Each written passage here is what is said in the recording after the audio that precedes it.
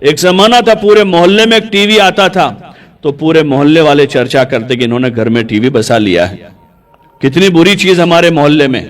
وہ پورے محلے کے نام کلنک ہو جاتا تھا کہ ان کے محلے میں ٹی وی ہے، اور اب گھر گھر میں یہ اسباب بس رہے ہیں اور پھر بچے اس کے عادی ہو رہے ہیں۔ صرف اس سے دینی نقصان نہیں ہے، اس سے دینی نقصان نہیں ہے، اس کی مشغولی ایسی ہے اور اس کا چسکا ایسا ہے کہ بہت سارے میاں بیوی کے جھگڑے اس موبائل کی وجہ سے ہیں۔ شوہر یہ کہہ رہا ہے کہ دن بھر موبائل لے کر بیٹھی رہتی ہے اور گھر کا کام بھی پورا نہیں کر پاتی ہے، بیوی یہ کہہ رہی ہے کہ موبائل لے کر بیٹھے رہتے ہیں، مجھے وقت نہیں دیتے ہیں۔ ہاں، یہ ایسی چیز ہے کہ یہ ہمیں اپنی ذات سے بھی غافل کر دیں گے، اللہ سے تو غافل کریں گے۔ یہ اسباب ایسے ہیں،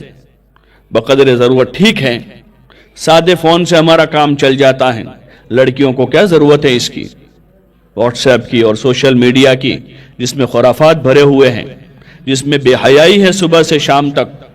جس میں آوارگی ہے، عیاشی ہے، جس میں بدماشی ہے۔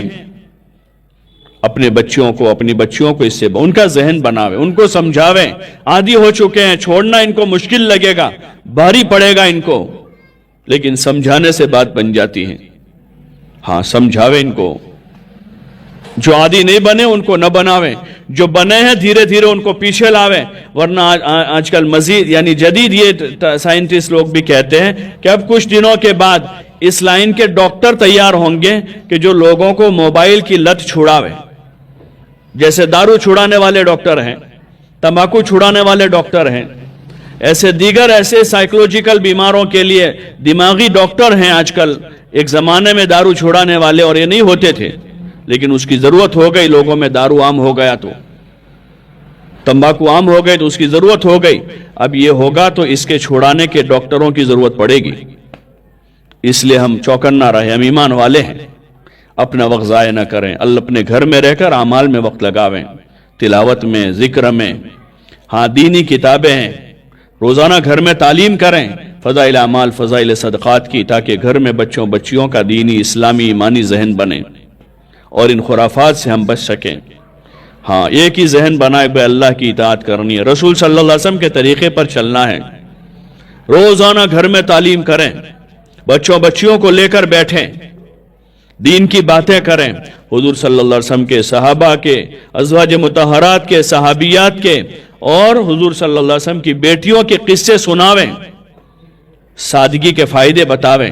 جو بڑی عمر کی عورتیں، ان سے ہماری گزارش ہے، ہر گھر میں امی ہیں، چچی ہیں، دادی ہیں، نانی ہیں، پھوپھی ہیں، خالہ ہیں، وہ اپنی جوان نسل کا ذہن تیار کریں اور گھر میں اپنے گھر کا نظام ٹھیک کریں، اولاد کی اچھی تربیت کریں، بچیوں کو گھر میں رکھیں، زیادہ منگنی اور شادیوں میں شریک نہ ہو۔ ہاں، چاہے قریبی رشتہ داری ہیں، لیکن وہاں خرافات ہو رہے ہیں،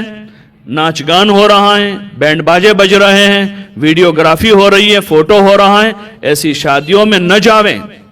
ایسی جگہوں پر جانا ہمارے لیے جائز نہیں ہے، یہ گناہوں کی جگہ ہیں، یہ گناہوں کے اڈے ہیں، ایسی جگہ پر جانا جائز نہیں۔ ایسے رشتہ داروں سے معذرت کر دیں، ہاتھ جوڑ کے معذرت کر لیں کہ اللہ کے واسطے ہمیں معاف کر دو، ان کے وہاں 500 کی جگہ 1000 روپیہ ہدیہ بھیج دو، ان کو خوش رکھنے کے لیے 500 کی جگہ 1000 دے دو، شادی کے 2 دن پہلے چلے جاؤ، تاکہ ابھی اس وقت خرافات نہیں ہو رہے ہیں۔ ان سے کہو کہ ہمیں آپ سے نفرت نہیں ہے،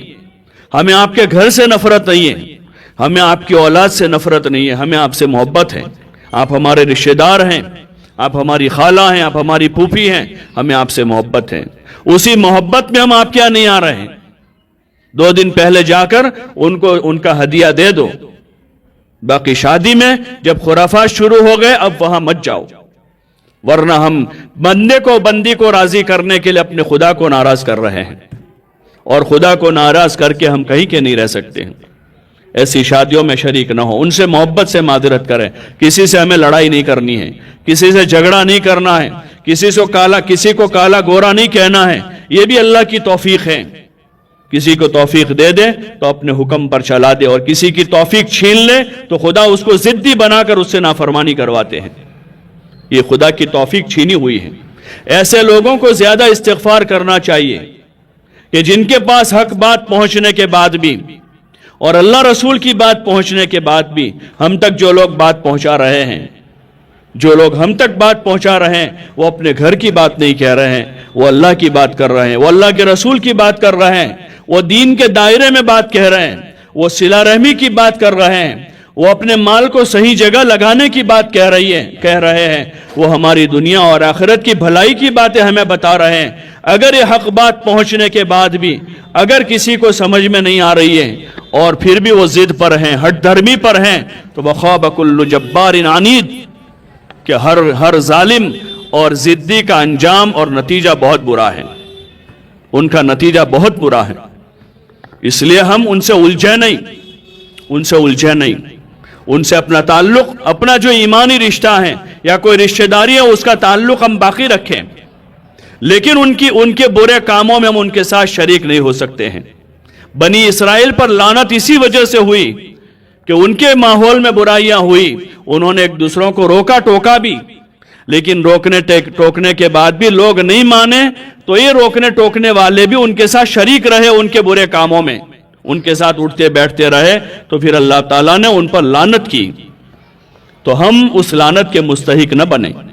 ایسی شادیوں میں، ایسی منگنیوں میں، یا ایسی بات کسی بھی جگہ ہو رہی ہو، چاہے کسی کا بھی گھر ہے، ان سے محبت کے ساتھ معذرت کریں، وہ ہمیں آپ سے محبت ہے، آپ سے ہمیں کوئی دشمنی نہیں ہے، آپ سے ہمیں کوئی عداوت نہیں ہے، اللہ نے آپ کو دیا ہے، ہم اس پر خوش ہیں، لیکن آپ کے گھر جو کام ہو رہے ہیں، یہ بے حیائی کا کام ہے، برائی کا کام ہے، بینڈ باجے بج رہے ہیں، اور آپ کے وہاں فوٹوگرافی اور ویڈیوگرافی ہو رہی ہے، یہ چیزیں ہمارے مذہب میں جائز نہیں ہے، اس وجہ سے ہم ایسے کام میں شریک ہونا نہیں چاہتے ہیں۔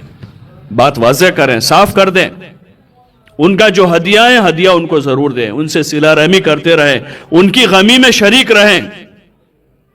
ہاں، ان کا کوئی اوسر ایسا ہے جس میں ان کو مال کی ضرورت ہے، تعاون کی، تو ان کا اللہ نے ہمیں دیا ہے، ضرور تعاون کریں، لیکن ایسے کاموں میں شریک نہ رہیں۔ اپنی بچیوں کو بھی یہی سمجھائے کہ بیٹا وہاں اللہ کی لعنت ہوگی،